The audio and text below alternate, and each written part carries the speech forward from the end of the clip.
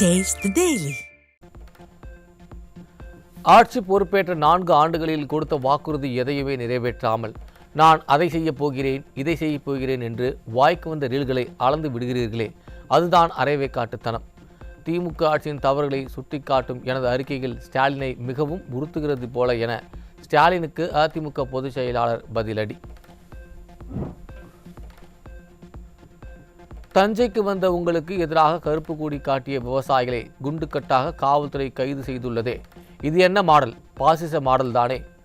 Methane hydro carbon திட்டம் தந்த திருவாளர் டெல்டாவில் கால் வைக்கவே கூச்சப்பட்டிருக்க வேண்டும் என அதிமுக பொதுச் செயலாளர் விமர்சனம். மூடிய சர்க்கரை ஆலையை திறப்பது, 100 கோடி ரூபாய் நிலுவைத் தொகையை வழங்குவது உள்ளிட்ட கோரிக்கைகளை புறக்கணிப்பதாக குற்றம் சாட்டி தஞ்சையில் ஸ்டாலினுக்கு எதிராக விவசாயிகள் கருப்பு கொடி ஏந்தி போராட்டம்.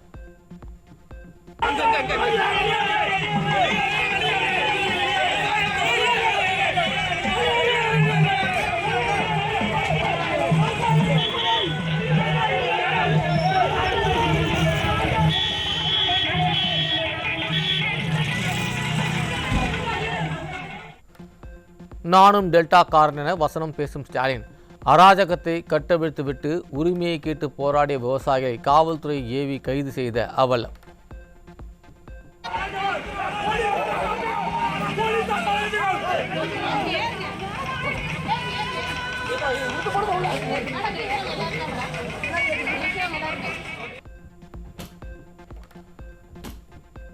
ராணிப்பேட்டை மாவட்டம் சோளிங்கரில் பாமக இளைஞரணி மாவட்ட செயலாளர் சக்கரவர்த்தி துப்பாக்கியால் சுட்டுக் கொலை செய்யப்பட்டிருப்பது உடற்கூறாய்வின் மூலம் அம்பலம். பொம்மை முதல்வர் ஆட்சியில் சட்டம் ஒழுங்கின் சீர்கேட்டையும் காவல்துறையின் தோல்வியையும் மறைக்க விபத்தில் உயிரிழப்பு என வழக்கு பதிவு செய்த காவல்துறையின் உண்மை முகம் தோல் உரிப்பு. அஇஅதிமுக ஆட்சியில் அமைதி, வளம், வளர்ச்சி பாதையில் சென்று கொண்டிருந்த தமிழ்நாட்டை பட்டாக்கத்தி, அரிவாள், துப்பாக்கியின் பாதைக்கு கொண்டு சென்றுள்ள திமுக அரசுக்கு அதிமுக பொதுச் செயலாளர் கடும் கண்டனம். அரக்கோணத்தைச் சேர்ந்த திமுக கவுன்சிலர் பாபு துப்பாக்கி வைத்திருந்த போதே இந்த அரசை எச்சரித்தும் துப்பாக்கி கலாச்சாரத்தை ஒடுக்க இந்த அரசு என்ன நடவடிக்கை எடுத்தது? ஒன்றுமே இல்லை எனவும் சாடல். ரோடு ஷோவிலும் போட்டோ ஷூட்டிலும் இருக்கும் கவனம் சட்டம் ஒழுங்கை நிர்வகிப்பதிலோ மக்களை காப்பாற்றுவதிலோ இந்த பொம்மை முதலமைச்சருக்கு துளியும் இல்லை என அதிமுக பொதுச் செயலாளர் எடப்பாடி கே பழனிசாமி கடும் சாடல். சக்கரவர்த்தி கொலை வழக்கில் கள்ளத்துப்பாக்கி எப்படி கிடைத்தது என்பதை விசாரிக்கவும், தமிழ்நாட்டில் துப்பாக்கி கலாச்சாரத்தை அடியோடு ஒழித்திட வேண்டும் என ஸ்டாலின் மாடல் திமுக அரசுக்கு வலியுறுத்தல். திருவள்ளூர் நகராட்சியில் விடியால் திமுக அரசின் நிர்வாக சீர்கேட்டை கண்டித்து திருவள்ளூர் மேற்கு மாவட்ட அதிமுக சார்பில் நடைபெற்ற கண்டன ஆர்ப்பாட்டம். ஆர்ப்பாட்டத்தில் கழக நிர்வாகிகள் மற்றும் பொதுமக்கள் ஏராளமானோர் கலந்து கொண்டு ஸ்டாலின் மாடல் அரசுக்கு எதிராக கோஷம். ஆர்ப்பாட்டம் இது ஆர்ப்பாட்டம், ஆர்ப்பாட்டம் இது ஆர்ப்பாட்டம். திருவள்ளூர் நகராட்சியை கண்டித்து ஆர்ப்பாட்டம், கண்டித்து ஆர்ப்பாட்டம். திருவள்ளூர் நகராட்சியை கண்டித்து ஆர்ப்பாட்டம், கண்டித்து ஆர்ப்பாட்டம். ஆர்ப்பாட்டம் இது ஆர்ப்பாட்டம், ஆர்ப்பாட்டம் இது ஆர்ப்பாட்டம். திருவள்ளூர் நகராட்சியை கண்டித்து ஆர்ப்பாட்டம், கண்டித்து ஆர்ப்பாட்டம். ஸ்டாலினின் மாடல் ஆட்சியில் கொலை சம்பவம் சர்வசாதாரணமாக நடைபெறுவதுடன் ஆட்கடத்தல், கட்ட பஞ்சாயத்து மற்றும் கஞ்சா புழக்கம் அதிகரித்து வருகிறது. திருவள்ளூரில் விடியா திமுக அரசின் நிர்வாக சீர்கேட்டை கண்டித்து நடைபெற்ற ஆர்ப்பாட்டத்தில் முன்னாள் அமைச்சர் டி ஜெயக்குமார் குற்றச்சாட்டு. அதேபோன்று சட்ட ஒழுங்கு பார்த்தீங்கன்னா கொலைகள் சர்வசாதாரணமாக பார்த்தீங்கன்னா கொலைகள் தினந்தோறும் நடைபெறுகின்ற ஒரு மாநிலம் இன்றைக்கு தமிழ் என்ற அடிப்படையில் வரலாறு காணாத அளவுக்கு ஒரு கொலைவெறி தாக்குதல்கள், ஆள் கடத்தல், கட்ட பஞ்சாயத்து இதெல்லாம் சர்வசாதாரணம். சேலம் மாவட்டம் மேட்டூரில் வீட்டின் முன் விளையாடி கொண்டிருந்த 8 வயது சிறுமிக்கு ஆபாச செய்கை காட்டிய கூலி தொழிலாளி மீது போக்சோவில் வழக்கு பதிவு. அப்பா ஸ்டாலினின் திமுக ஆட்சியில் பள்ளி சிறுமி, பல்லு போன மூதாட்டிகள் வரை யாருக்கும் பாதுகாப்பு இல்லை என பொதுமக்கள் விமர்சனம். சென்னை அம்பத்தூர் அருகே மாதனாங்குப்பத்தில் கிறிஸ்துவ தேவாலயத்திற்கு வந்த 3 சிறுவர்களுக்கு பாலியல் தொல்லை. சிறுவர்களுக்கு பாலியல் தொல்லை தந்த தேவாலய ஊழியர் மீது போக்சோவில் வழக்கு பதிவு செய்யப்பட்டுள்ள நிலையில் ஸ்டாலின் ஆட்சியில் சிறுவர்களுக்கு கூட பாதுகாப்பு இல்லை என மக்கள் ஆவேசம். கடலூர் மாவட்டம் விருதாசலத்தில் 3 வயது குழந்தைக்கு பாலியல் தொல்லை அளித்த 16 வயது சிறுவன் போக்சோவில் சிக்கினார். ஸ்டாலினின் திமுக ஆட்சியில் பாலியல் குறித்த விழிப்புணர்வு இல்லாததால் சிறுவர்கள் பாலியல் வழக்கில் சிக்குவதாக மக்கள் குற்றச்சாட்டு. கடலூர் மாவட்டம் குறிஞ்சிப்பாடி அருகே 4 வயது சிறுமிக்கு பாலியல் தொல்லை கொடுத்த 17 வயது சிறுவன் போக்சோவில் சிக்கினார். ஸ்டாலினின் திமுக ஆட்சியில் சிறுமிகள் முதல் மூதாட்டிகள் வரை யாருக்குமே பாதுகாப்பு இல்லா அவலம் தொடர்கதையாகி வருவதாக மக்கள் குற்றச்சாட்டு. கிருஷ்ணகிரி மாவட்டம் ஊத்தங்கரை அருகே 17 வயது சிறுமியை பாலியல் வன்கொடுமை செய்த உறவினர் மீது போக்சோ சட்டத்தின் கீழ் வழக்கு பதிவு. தமிழகத்தில் தொடர்ந்து பாலியல் வழக்குகள் அதிகரித்து வரும் நிலையில் அப்பா ஸ்டாலின் மௌனம் சாதிப்பது ஏன் என மக்கள் கேள்வி. சென்னை திருவிக நகர் பகுதியில் 17 வயது சிறுமியை கர்ப்பமாக்கிய இளைஞர் மீது போக்சோ வழக்கு பதிவு. நாள்தோறும் அதிகரித்து வரும் சிறுமிகளுக்கு எதிரான குற்றச்சம்பவங்கள் தடுக்காமல் அப்பா ஸ்டாலின் விளம்பர மோகத்தில் மூழ்கியுள்ளதாக மக்கள் குற்றச்சாட்டு. கோவை புறநகர் மாவட்டத்தில் 3 நாட்களில் பல லட்சம் ரூபாய் மதிப்பிலான 10 கிலோ கஞ்சா பறிமுதல்.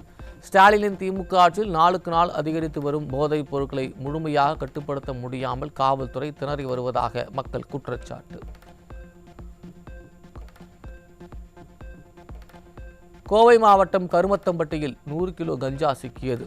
ஸ்டாலினின் மாடல் ஆட்சியில் கோவை போதைப் பொருட்களின் குடோனாக மாறி வருவதாக மக்கள் குற்றச்சாட்டு. ஈரோடு மாவட்டம் பர்கூர் மலையில் கஞ்சா செடி வளர்த்தவர் சிக்கினார். ஸ்டாலினின் திமுக ஆட்சியில் காவல்துறை மீது சிறிதும் பயம் இல்லாததே காரணம் என மக்கள் குற்றச்சாட்டு.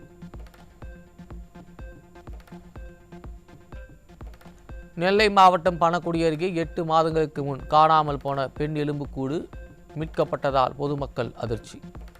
4 பேர் அடங்கிய கும்பல் நகைக்காக இளம் பெண்ணை கொலை செய்து உடலை 80 அடி ஆழமுள்ள கால்வாயில் வீசிவிட்டு சென்றதாக அதிர்ச்சி தகவல்.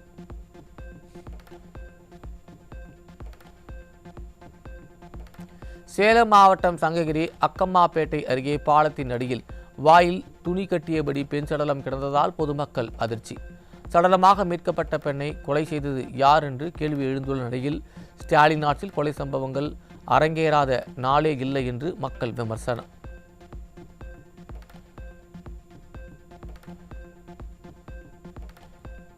சென்னையில் 81 வயது முருகன் மற்றும் அவரது மனைவி டிஜிட்டல் கைது என்ற மோசடியால் 2,27,00,000 ரூபாய் இழந்த பரிதாபம். விளம்பர மாடல் ஆட்சியில் செயலிழந்த காவல்துறையின் செயலற்ற தன்மையால் உயிர் மற்றும் உடைமைகள் பாதுகாக்க முடியாமல் அச்சத்தில் உள்ள முதியோர்கள் இதுதான் ஸ்டாலின் மாடல் ஆட்சியா என ஆதங்கம்.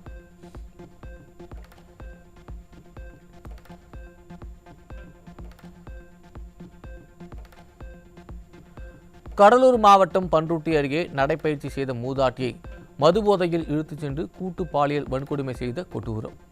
மூதாட்டியின் வாயில் மண்ணை கொட்டி கூட்டு பாலியல் வன்கொடுமை செய்து மூதாட்டி அணிந்திருந்த நகைகளையும் மர்ம நபர்கள் பறித்துச் சென்று அட்டுழியம்.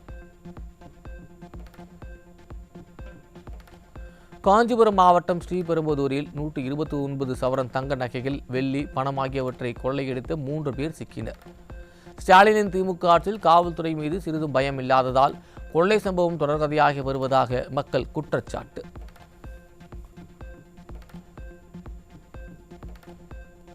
திருப்பத்தூர் மாவட்டம் வாணியம்பாடி அருகே பட்டப்பகலில் வீடு புகுந்த வீட்டின் உரிமையாளரை கட்டிப்போட்டு மர்ம நபர்கள் கொள்ளை முயற்சி. ஸ்டாலினின் மாடல் ஆட்சியில் காவல்துறை ரோந்து பணி மேற்கொள்ளாமல் கும்பகர்ண தூக்கத்தில் இருப்பதால் சட்டவிரோத சம்பவம் தொடர்கதையாகி வருவதாக மக்கள் குற்றச்சாட்டு. திருப்பத்தூர் மாவட்டம் வாணியம்பாடி அருகே மணல் கடத்தலை தட்டி கேட்ட குடும்பத்தினர் மீது கொலைவெறி தாக்குதல். விடியா ஸ்டாலின் ஆட்சியில் இயற்கை வளங்கள் கொள்ளையடிக்கப்படுவதுடன் தட்டி கேட்கும் பொதுமக்களுக்கும் பாதுகாப்பற்ற நிலை உள்ளதாக மக்கள் வேதனை.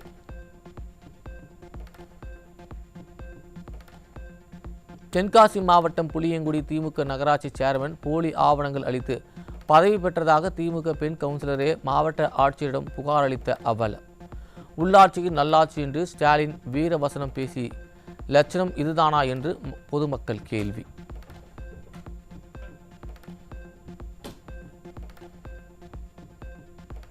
திருச்சி அரசு மருத்துவமனையில் குழந்தைகள் நலப்பிரிவில் உள்ள 4 தளங்களிலும் கடந்த 4 நாட்களாக குடிநீர் விநியோகம் செய்யப்படாததால் நோயாளிகள் மற்றும் பொதுமக்கள் கடும் அவதி. வெளிநாடுகளுக்கு சென்று வந்ததை வீடியோவாக வெளியிட்டு வந்த விளம்பர பிரியர் மாசு இது குறித்து நடவடிக்கை எடுப்பாரா என்று மக்கள் கேள்வி. இது வந்து பார்த்தீங்கன்னா குழந்தைகள் வார்டு 2வது ஃப்ளோரு. இங்கே பாருங்கள்.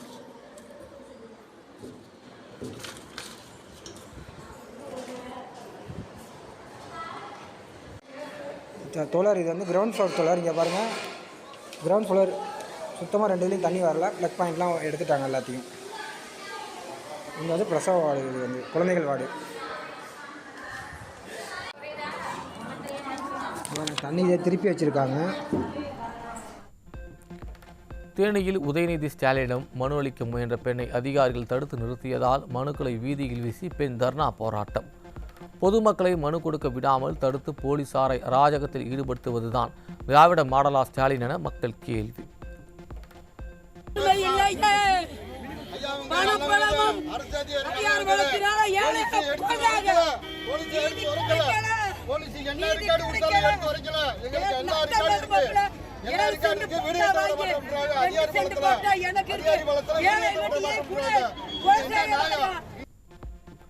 தமிழ்நாடு குரூப் 1 தேர்வின் வினாத்தாள் பக்கங்கள் எதிர்பாராத விதமாக அதிகரித்ததால் தேர்வு எழுதியவர்கள் அதிருப்தி. வினாக்களில் ஆளுங்கட்சியின் சாதனைகளை மறைமுகமாக புகழும் வகையில் கேள்விகள் அமைந்திருப்பதால் தேர்வின் வெளிப்படைத்தன்மை கேள்விக்குறியாவதாக மக்கள் வேதனை.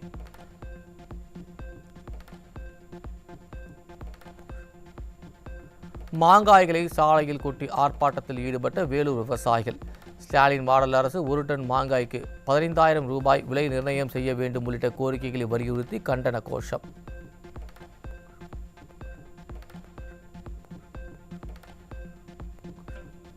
துணைவேந்தர் நியமனத்தில் ஆளுநருக்கே முழு அதிகாரம் உள்ளதாக கேரள அரசு தொடர்ந்த வழக்கில் உச்சநீதிமன்றம் அளித்த தீர்ப்பால் விடியா திமுக அரசுக்கு நெருக்கடி என தகவல்.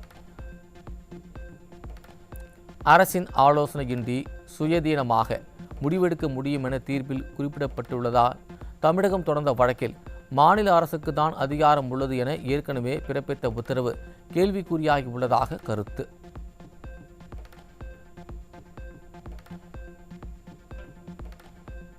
சவுதி அரேபியாவின் ஜெட்டா பகுதியில் இருந்து லக்னோவுக்கு வந்த சவுதி ஏர்லைன்ஸ் விமானத்தில் தொழில்நுட்ப கோளாறால் சக்கர பகுதியில் தீப்பொறி எழுந்ததால் பரபரப்பு.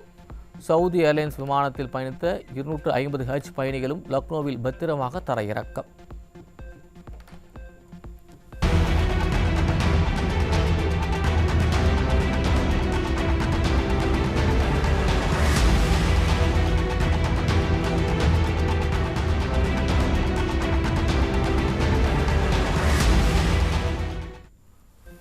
ஹாங்காங்கில் இருந்து டெல்லி புறப்பட்ட ஏர் இந்தியா விமானத்தில் தொழில்நுட்ப கோளாறு ஏற்பட்டதாக தகவல். நடுவானில் தொழில்நுட்ப கோளாறு கண்டறியப்பட்ட நிலையில் மீண்டும் ஹாங்காங்கிற்கு திரும்பியது விமானம்.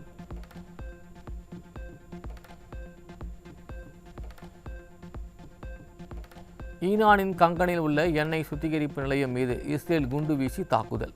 நாளொன்றுக்கு 15 முதல் 20 லட்சம் பேரல்கள் கச்சா எண்ணெய் ஈரானில் இருந்து ஏற்றுமதியாகும் நிலையில் ஈரான் எண்ணெய் உற்பத்தி பாதியாக குறைந்தது.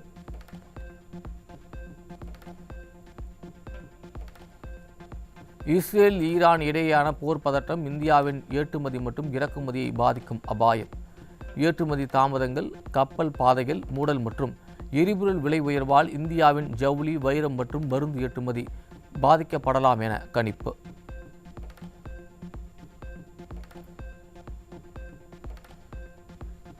இஸ்ரேல் பிரதமர் பெஞ்சமின் நெதன்யாகுவின் 2வது மகன் அவ்னர் நெதன்யாகுவின் திருமணம் ஈரான் இஸ்ரேல் இடையேயான போர் பதற்றம் காரணமாக 2வது முறையாக ஒத்திவைப்பு. 2024 நவம்பரில் நடக்க இருந்த திருமணம் ஹிஸ்புல்லா மற்றும் ஈரான் தாக்குதலால் இன்று ஒத்திவைக்கப்பட்ட நிலையில் மீண்டும் ஒத்திவைப்பு. 3 ஆண்டுகளுக்கு பிறகு மீண்டும் சென்னை ஓபன் டென்னிஸ் நடைபெற உள்ளதாக சர்வதேச டென்னிஸ் கூட்டமைப்பு அறிவிப்பு. வரும் அக்டோபர் மாதத்தில் 32 வீராங்கனைகள் பங்கேற்கும் ஒற்றையர் பிரிவு, 16 அணிகள் பங்கேற்கும் இரட்டையர் பிரிவு என 2 பிரிவுகளில் போட்டி நடைபெற உள்ளது.